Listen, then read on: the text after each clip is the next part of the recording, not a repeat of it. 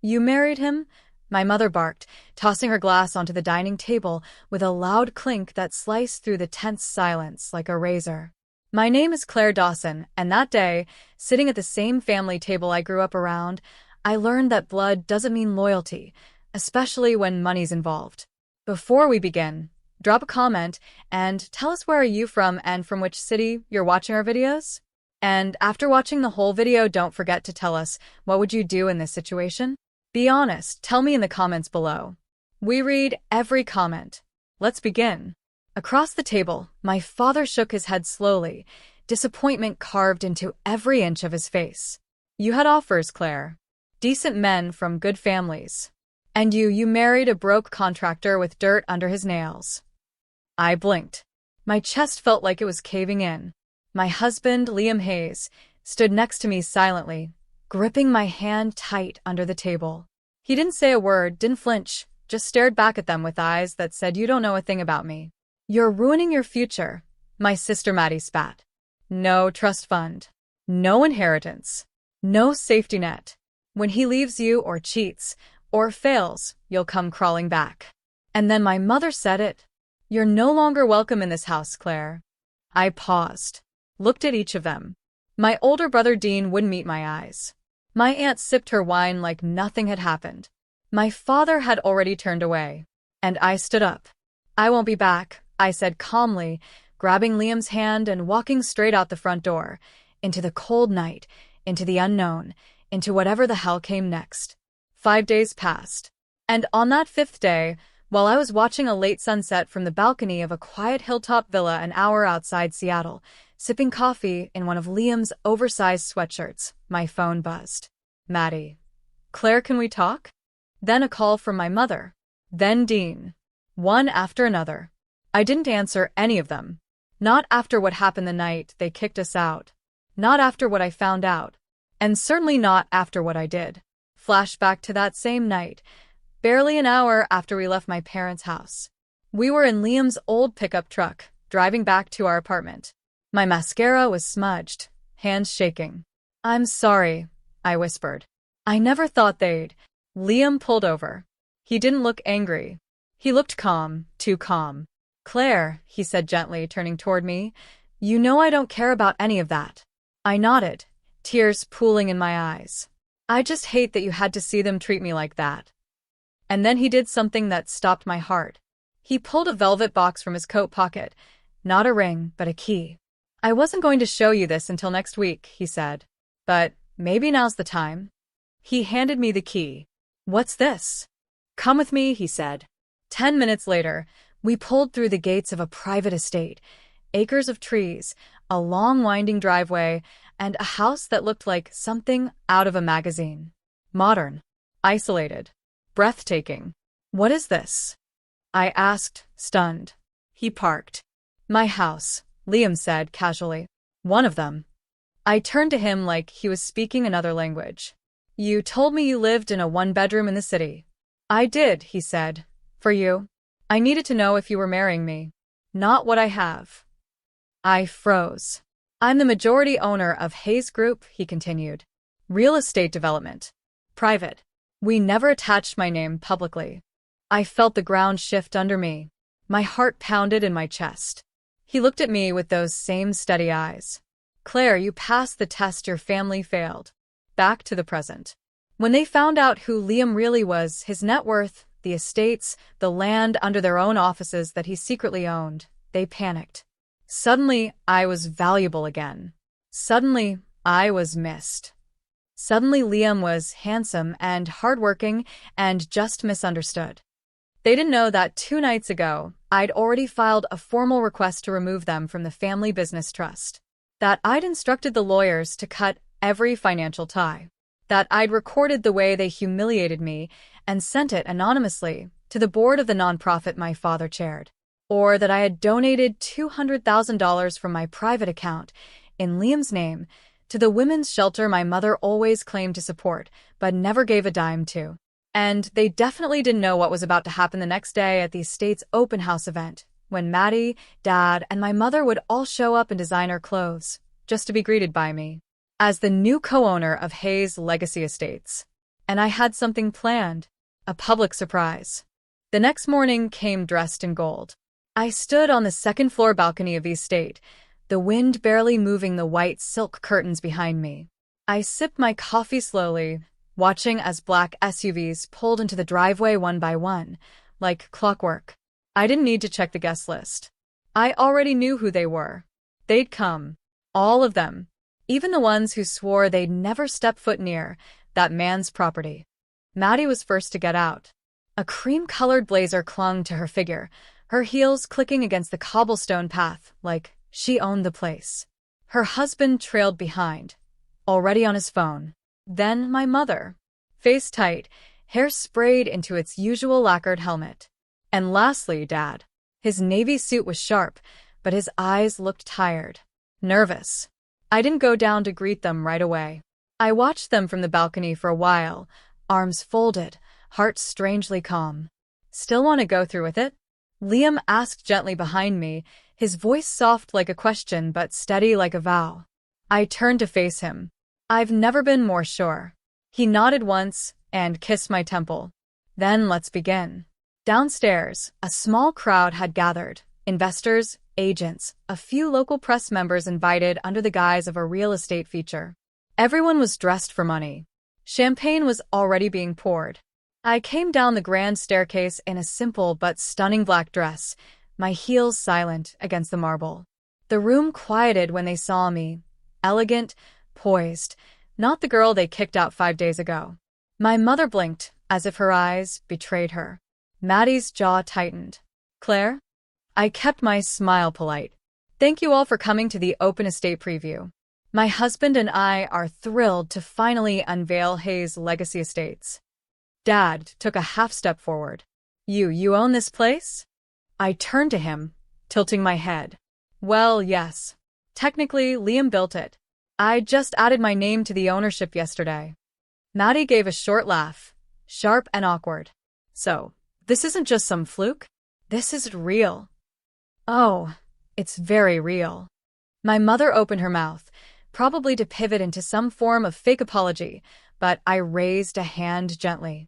I think there's something you should all see. I nodded to Liam. A projection screen lowered behind me, and within seconds, a video began playing.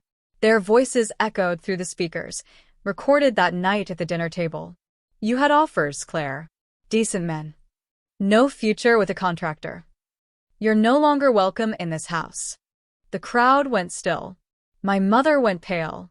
Claire, Dad muttered under his breath, stepping closer. You recorded us? I needed to remember what it felt like to be discarded, so that when you inevitably came running back, I looked at each of them slowly. I'd know not to fall for it. The press had started filming. Maddie hissed. You invited reporters? I met her eyes. No, you did. You posted the RSVP link publicly. Someone gasped. And that's when I delivered the final blow. Before you accuse me of being cruel, let me remind you, I begged all of you to see Liam for who he was. Not for what he didn't show. You laughed, mocked, kicked me out. So don't stand here now pretending this reunion is about love. You didn't find your way back to me. You found your way to his wealth. The tension was suffocating. Liam stood beside me now, calm as ever. This estate will host quarterly charity events, free legal counseling for evicted tenants, and job training for single parents. My mother looked like she'd swallowed glass. That's ridiculous. What does that have to do with real estate? Everything, I said softly. We build homes, not just houses. And we don't build for people who break their own. Maddie suddenly snapped. So this is it? You cut us off because of one mistake? We're family. I took a breath and steadied my voice. I didn't cut you off because of one mistake. I cut you off because you revealed your truth the second money was off the table. There was no dramatic exit. No slamming doors or screaming matches. Just silence. Pure, heavy silence as they realized I wasn't bluffing. That the door they slammed in my face was locked from the inside now. That I didn't need their permission anymore. Not to love. Not to succeed. And definitely not to forgive. Liam led me away, fingers laced with mine. As we walked back into the estate, I felt something strange in my chest. Not rage, not pride. Just peace. 5 days ago, I left my parents' home with nothing. Today, I didn't walk back in with money. I walked in with truth. And I wasn't giving that up for anyone. That night, after the estate event, Liam and I sat on the rooftop terrace, a blanket around our shoulders and the lights of the city twinkling far below us. I should have felt proud. I should have felt victorious. But all I felt was drained. Not broken, just hollow. You okay? Liam asked softly, brushing my hair away from my face. I nodded, leaning into his shoulder. Yeah. Just tired. And I was. Tired of pretending I didn't care. Tired of replaying their words in my head. Tired of being the girl who always tried to please a family that never truly saw her. The silence between us was peaceful until my phone buzzed. I hesitated, then picked it up. A text from Dean. Claire, I didn't know they were going to kick you out. Please talk to me. I didn't say anything that night because I didn't want to make things worse. I stared at the screen. Then another message came through. Maddie's not letting this go. She's furious. She's planning something. I don't know what, but I heard her say your name when she was talking to Mom this morning. Just be careful. My stomach tightened. Liam read the messages over my shoulder. Let her come, he said calmly. We're not scared of temper tantrums. But deep down, I knew Maddie's tantrums didn't look like yelling or door slamming. They looked like manipulation, gaslighting, vicious smiles, and sweet words laced with poison. And I had a feeling she was about to prove me right. The very next morning, I opened my email to find a message from the Seattle Herald. Subject line, urgent. Statement requested regarding recent allegations. My heart dropped. Inside was a forwarded draft of a tip received from an anonymous family source, alleging that Liam's construction company was under federal investigation for money laundering and tax fraud. It was a lie. A vicious, disgusting lie. And I didn't need a signed name to know who sent it. I slammed the laptop shut. Baby, Liam said from the doorway, instantly reading my face. What happened? I looked up at him with trembling hands. They're trying to destroy you. He pulled me into his arms, but I couldn't relax. Not yet. Because this wasn't just a rumor. This could ruin us. Our name. Our reputation. Everything we'd spent years building with honesty and sweat. And just like that, the peace from the estate evaporated. By noon, the press was calling. By 2 p.m., 3 of our investors pulled out to reassess public risk. And by 5 p.m., I was sitting across from my lawyer, eyes burning. You want to sue your sister for defamation? He asked slowly. I nodded. No. I want to expose her. Every dirty thing she's done. Every lie. Every smear. I want her to learn. You don't play with fire when you've drenched yourself in gasoline. Liam watched me from across the table, his expression unreadable. And when we left that meeting, we didn't go home. We drove to the city. To a penthouse Maddie once bragged about buying with her own hard-earned money, though everyone in the family knew it came from Dad's secret fund. Liam stayed in the car. I knocked. Maddie opened the door like she expected me. Here to beg me to take the story down? She asked, smiling. It's already out. Half the blogs are sharing it. Took me 10 minutes. I stepped inside without permission. You don't know who you're playing with, I said quietly. You think because you can write a few anonymous emails you've won. I have won, she said smugly. You're not cut out for this world, Claire. You never were. You got lucky. But luck runs out. I looked around her apartment. Everything in it reeked of desperation. Designer things she couldn't afford, fake elegance, empty wine glasses, broken relationships hidden behind Instagram filters. You tried to ruin the only person who ever loved me, I said. You hurt him. And for what? To feel important again. Her smile faltered. You're pathetic, I whispered. And I'm done being nice. She laughed, but there was a nervous edge now. What, are you gonna sue me? Drag me through court? No. I already did something better. She blinked. I pulled out a flash drive from my purse and set it on her table. Your husband, I said quietly, has been having an affair for 9 months with your yoga instructor. Maddie's face collapsed. Don't look so shocked. I kept my mouth shut. I watched you parade him around. I didn't say a word. But when you came after my husband, you crossed a line. She lunged at me, trying to grab the flash drive, but I was already out the door. Claire, she screamed behind me. You can't do this. I turned back once. I already did. And I left her there, screaming, alone, betrayed. Exactly the way she left me. 2 days passed. Maddie went completely silent. No threats. No texts. No social media posts. Nothing. But her silence wasn't peaceful. It was loud. Suspicious. The kind of silence that always came before something nasty. I didn't have to wait long. On the third morning, while Liam and I were having coffee on the terrace, his phone rang. It was his lawyer this time. He stepped away to take the call. A few minutes later, he came back inside, and I could tell something was wrong. What happened? I asked.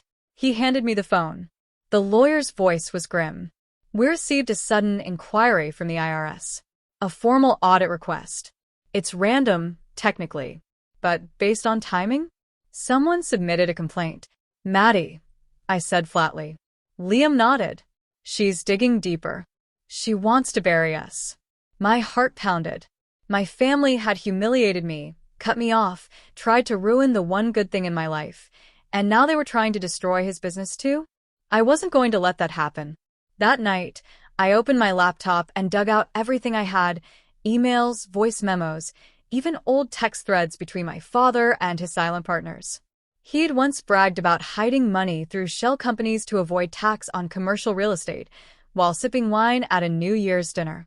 I had proof. Names. Dates. Numbers. I never imagined using them.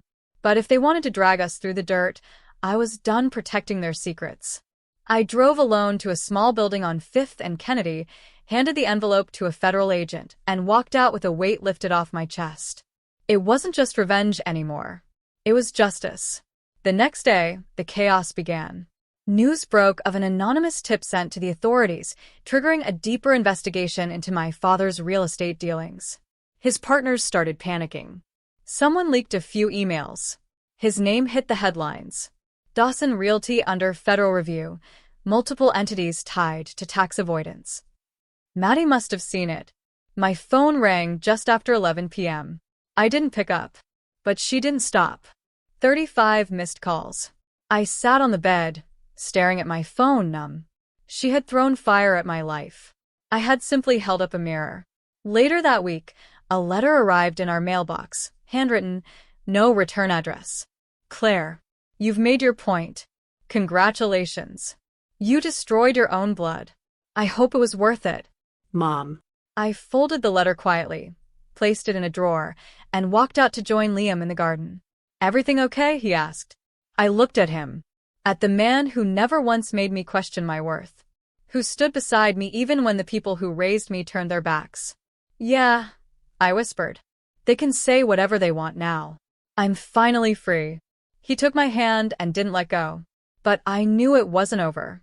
There was still one person I hadn't heard from. And I knew exactly where to find him. I found my father exactly where I expected him, sitting alone in his office on the top floor of Dawson Realty's downtown building. The company name had already been pulled down from the lobby wall. The tension in the building was heavy, like everyone knew something was collapsing, but didn't know how to stop it. He looked up when I entered. No secretary. No smile. Just gray in his beard that wasn't there a month ago, and eyes that had finally lost their shine. Claire, he said, almost relieved. You came. I didn't respond. I just pulled the chair out across from him and sat down. He studied me for a long moment. I know what you did. Which part? I asked. The part where I defended my husband, or the part where I didn't let you bury him like you tried to bury me? His lips pressed together, but he didn't deny it. I waited. Finally, he spoke. You made your point. Maddie's losing it. Your mother refuses to leave her bedroom. Dean won't return my calls. You tore the family apart. No, I said calmly. You did that. The night you told me I was no longer welcome, because I didn't fit into your mold. Because Liam didn't meet your expectations. That's when you tore it apart. He ran a hand down his face. You don't understand. I was trying to protect you. By mocking me? By kicking me out? By helping Maddie file fake financial complaints against my husband. His silence said everything. I used to look up to you, I whispered. Even when you were cold. Even when you made me feel like a shadow. I thought there was a reason for it. I thought someday I'd be enough. He looked away. But now I see it clearly. You don't love. You control. And when you lost that control over me, you lashed out. His hands curled into fists. You think you know everything now, just because you married rich? No, I said, my voice steady. I know everything now because I opened my eyes. And I finally saw the truth. I stood up. I didn't come here to argue. I came here to say goodbye. He blinked.